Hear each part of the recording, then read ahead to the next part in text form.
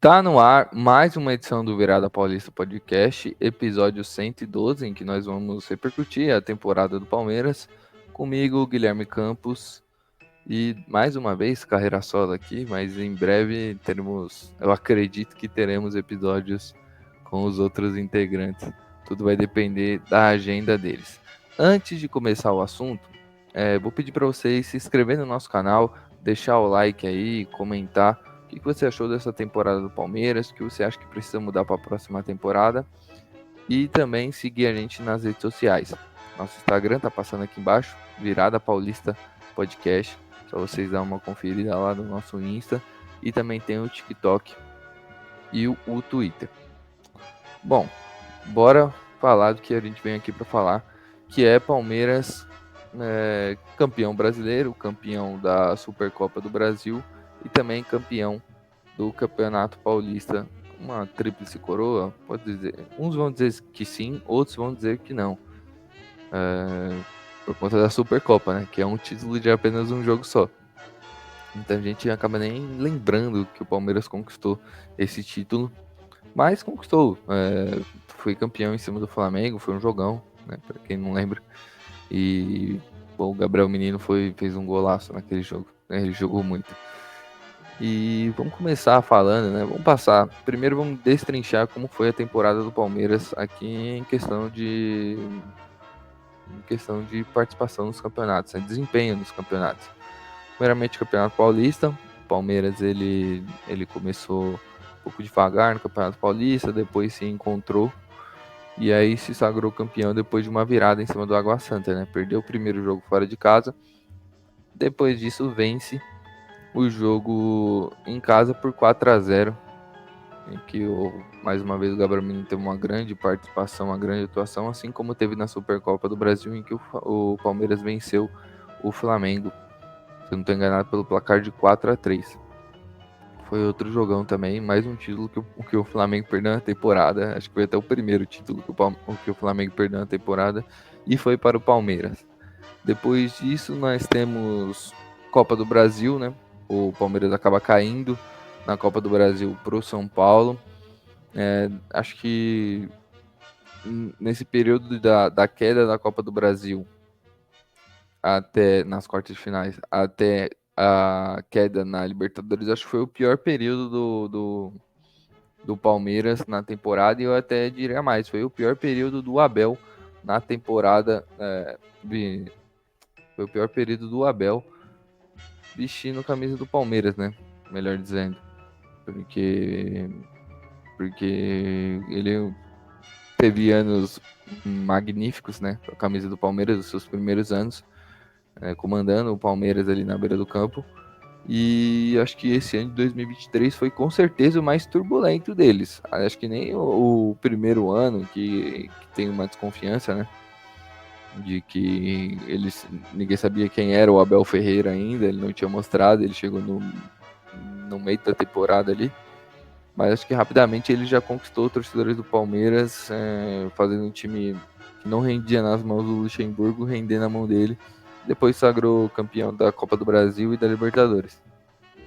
Então, uma situação do Abel mais complicada esse ano de 2023. E aí tem a queda, como eu falei, a queda na Libertadores pro Boca, também outro período complicado, né, em que o Palmeiras viveu.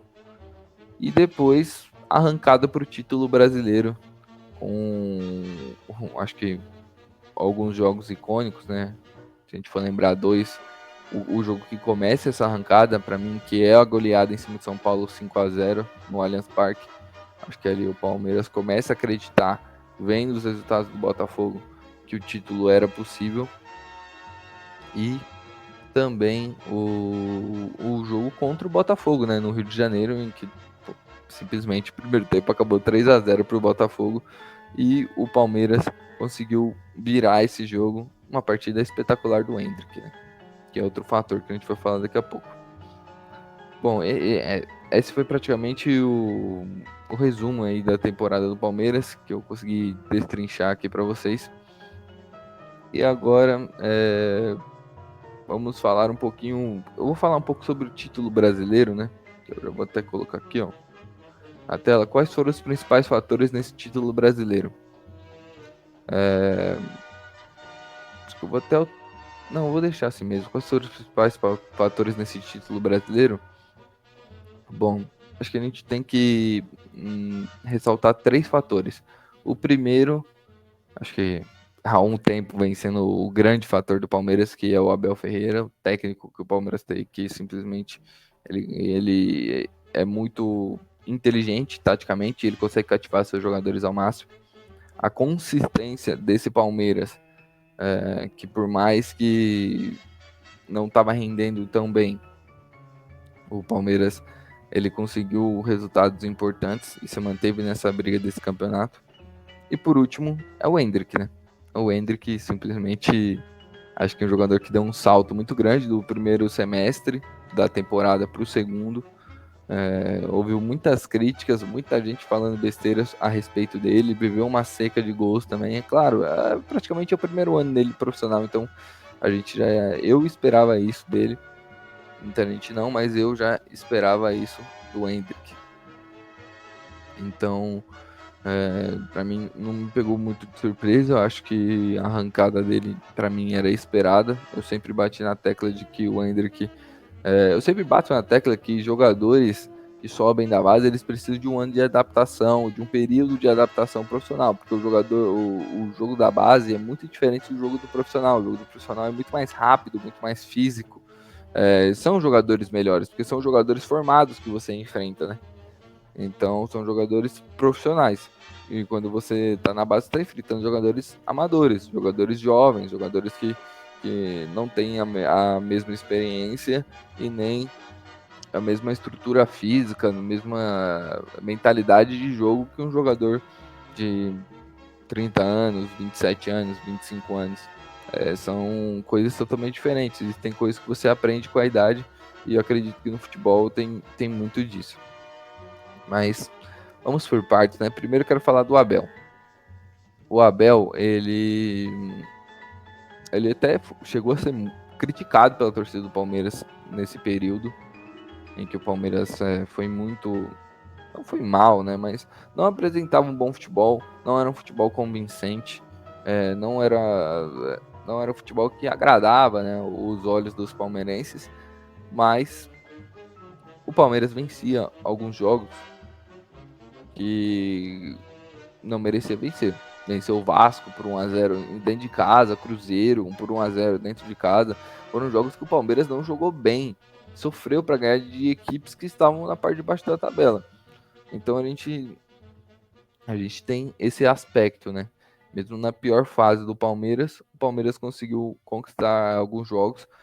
Perdeu para um São Paulo nas quartas de final da Copa do Brasil? Perdeu.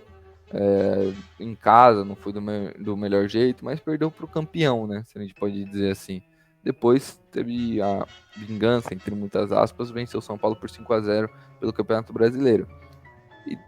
E tem a derrota contra o Boca Juniors, né? Que ela é dolorida, ela é muito doída, porque foi mais uma eliminação em casa do Palmeiras na temporada. Mas o Abel soube contornar tudo isso. O Abel soube arrancar o melhor do seu elenco, que, fala bem a verdade, essa temporada, acho que foi um dos elencos mais enxutos que o Abel pegou do Palmeiras. Saiu jogadores importantíssimos, como o Danilo e como o Scarpa no início dessa temporada, e a reposição ela praticamente não veio.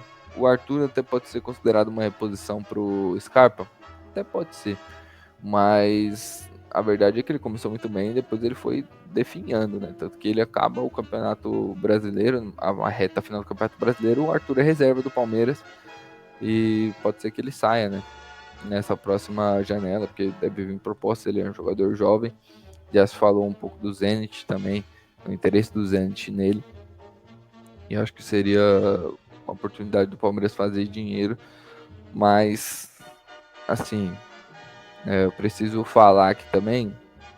Eu falei do Abel Ferreira, o trabalho que ele fez com os jogadores, com um elenco enxuto, um elenco, como eu falei, um dos elencos mais curtos que o Abel teve no Palmeiras. Ele teve que improvisar muitos jogadores. Então o Zé Rafael ele era um 8, todo mundo sabe. O Rafael, ele fez uma transição na carreira que ele foi retrocedendo na posição e não no quesito de habilidade, no quesito técnico. Ele era um camisa 10 no Bahia, no Palmeiras ele virou um camisa 8 e na última temporada ele vira um camisa 5. Então a gente mostra só como esse jogador ele evoluiu muito na mão do Abel e o potencial técnico dele, né? É um jogador que entrega muito, entrega demais para essa equipe do Palmeiras e para mim um dos principais jogadores da temporada. No final eu vou elencar aqui quem são os principais jogadores da temporada do Palmeiras. Bom, o Palmeiras, como eu falei, elenco enxuto, trouxe apenas 2 contratações, o Arthur e o Richard Rios. Destaque do Paulista, para mim, dos destaques do Paulista, foi o que melhor desempenhou o seu papel depois que foi contratado por um time grande, né? Teve alguns outros que, né, prefiro nem comentar, né? Mas o Corinthians apostou no Barleta, não deu certo, já saiu do Corinthians no meio da temporada, foi pro Ceará. O Santos apostou no Mezenga, no Luan Dias e no Inocêncio, 3 jogadores, nenhum deles deu certo. O Palmeiras pegou o jogador mais técnico do Campeonato Paulista entre os times de interior, né? Que era o Richard Rios. E acertou em cheio, né?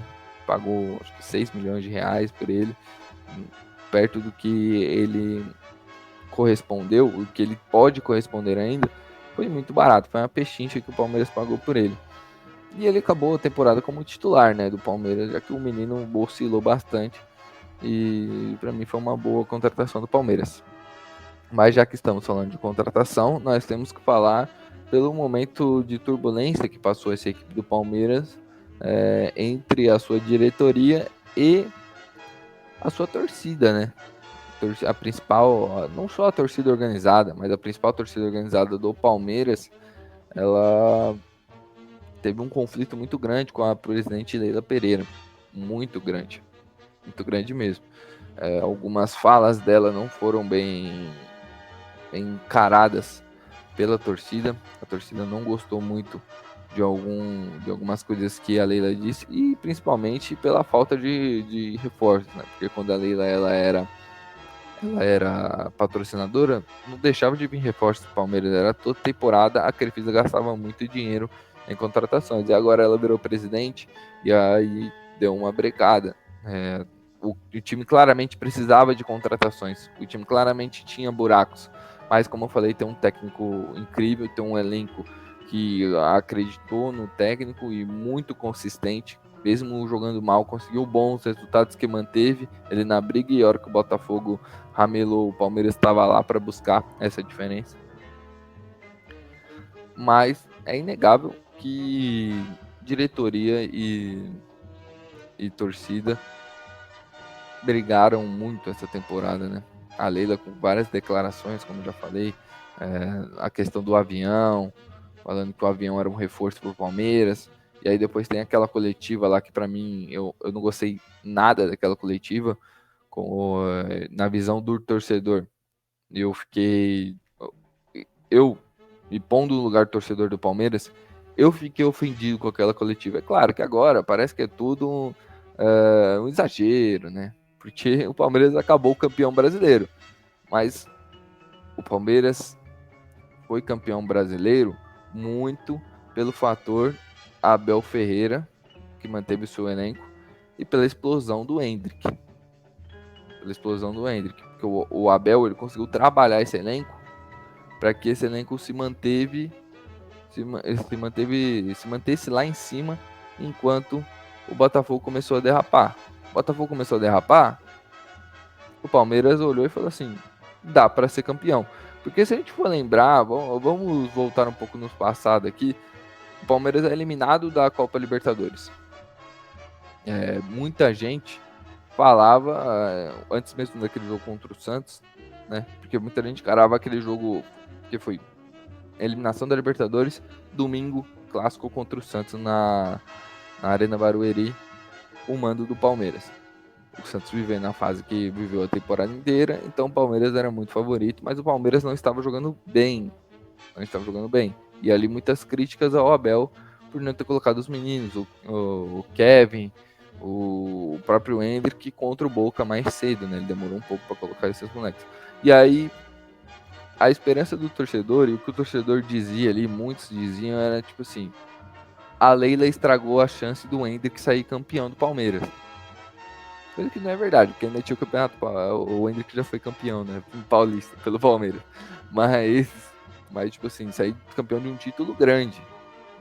Porque é eliminado da Libertadores, perde pro Santos, o torcedor do Palmeiras fala assim, não vai dar para buscar. Não vai dar para buscar esse campeonato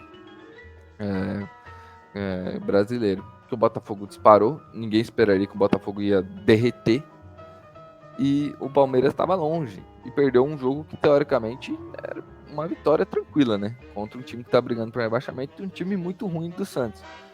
Então a torcida do Palmeiras estava nesse sentimento de tipo, pô, vamos terminar a temporada sem nenhum título e o Endrick vai sair para o Madrid sem nenhum título grande pelo Palmeiras. Não vai sair ídolo para alguns, né? Porque idolatria no futebol é algo muito relativo, né? Cada um tem a sua opinião.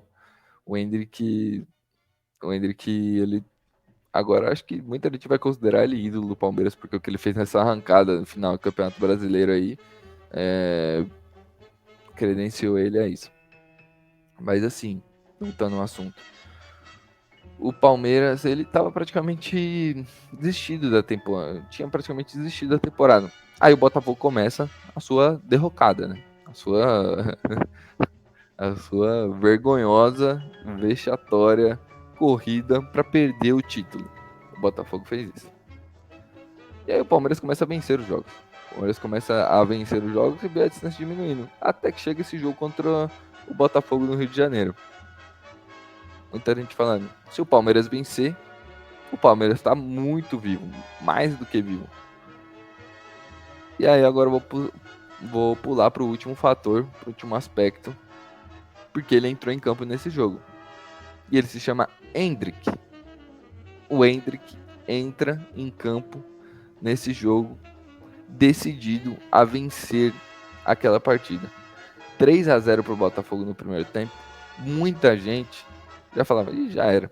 Palmeiras não vai conseguir buscar o Botafogo. Acabou, o sonho foi tão curto, mas ele acabou aqui agora. E aí volta no segundo tempo. Esse moleque, ele faz simplesmente um dos jogos mais icônicos de um jogador no Campeonato Brasileiro que eu já vi. É simplesmente absurdo o que o Endrick fez contra o Botafogo. E ele é o grande protagonista de um dos maiores jogos da história do Campeonato Brasileiro. Pode ter certeza. Ele é um grande protagonista desse jogo.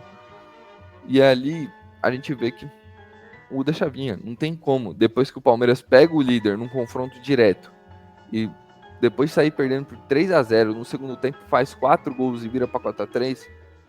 E aí o Palmeiras se torna o grande favorito a ser o campeão brasileiro. Se torna o grande favorito a ser campeão brasileiro. É naquele momento que a gente vê o Palmeiras que não estava muito bem na temporada.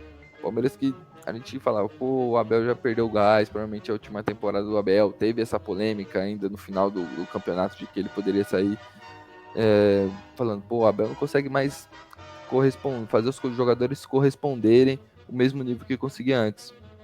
Não, aquele jogo ele fez os jogadores corresponderem. E a evolução do Endrick é algo que determinante para o Palmeiras conquistar esse título. O que esse moleque fez nessa reta final de temporada é impressionante. É de brilhar os olhos e de ver que esse cara tem muito potencial.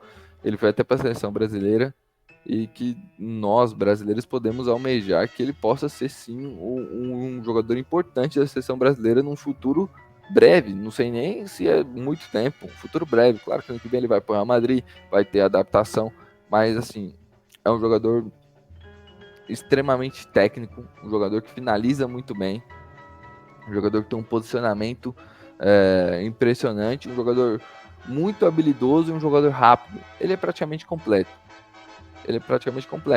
Eu não sei se até o final da carreira ele vai ser ainda um centroavante. Eu acho que ele pode cair pelas pontas, virar um ponta, porque ele tem muita habilidade para isso. É um jogador de muita personalidade também, porque não é qualquer jogador que faz isso aí, tá?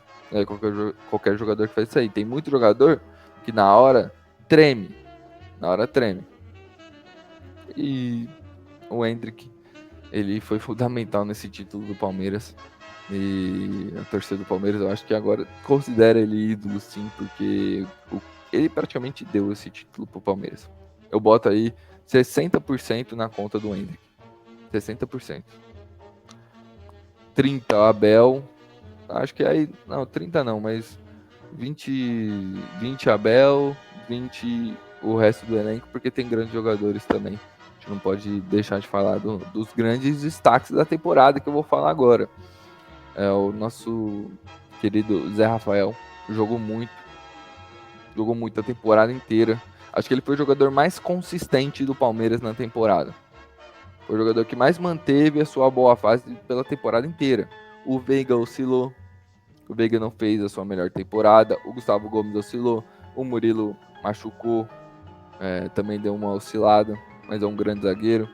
Outro jogador que eu vejo que teve um grande destaque e uma grande evolução, principalmente no quesito ofensivo, é o Piquerez. O Piquerez, ele deu um salto no seu amadurecimento como jogador impressionante. Porque ele chega no Palmeiras e ele faz as primeiras temporadas dele, a primeira, né? Ele chegou em 2022. Ele chegou em 2021, que ele ganha a Libertadores pelo Palmeiras. As primeiras ele era um lateral, mas conhecido por ser um lateral defensivo. O lado ofensivo dele não é tão bom.